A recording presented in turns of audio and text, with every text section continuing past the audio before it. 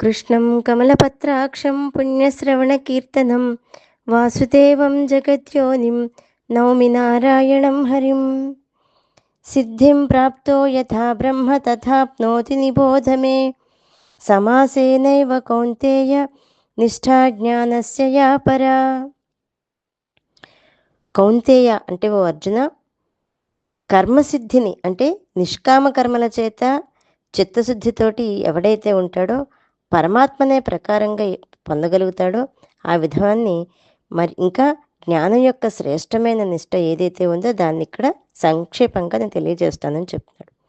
అంటే పరబ్రహ్మాన్ని పొందేటువంటి విధానాన్ని, జ్ఞానం యొక్క పరాకాష్ఠని ఇక్కడ భగవానుడు తెలియజేస్తున్నాడు. గీత ఇంచుమించుగా పూర్తి అయిపోవడానికి సిద్ధంగా ఉంది కనుక గీతాసారం అంతటినీ సంక్షేపంగా ఇక్కడ మళ్ళీ చెప్పబడుతోంది. ఇది చాలా ముఖ్యమైనటువంటి ఘట్టము కాబట్టి దీన్ని ముముక్షువులు బహు జాగ్రత్తగా వినాలి, గమనించాలి. ఎలాగంటే గీతాసారం ఇక్కడ మొత్తం చెప్పబడుతుంది.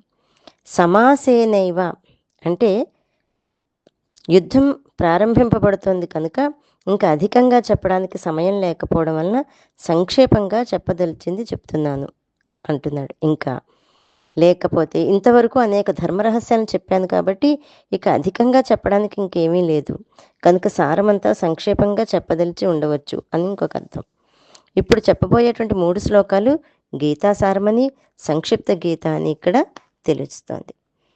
ఆ పరబ్రహ్మాన్ని పొందే విధానం గురించి, జ్ఞాన నిష్టను గురించి రాబోయే 3 శ్లోకాల ద్వారా తెలియజేస్తున్నాడు. జై గురుదత్త.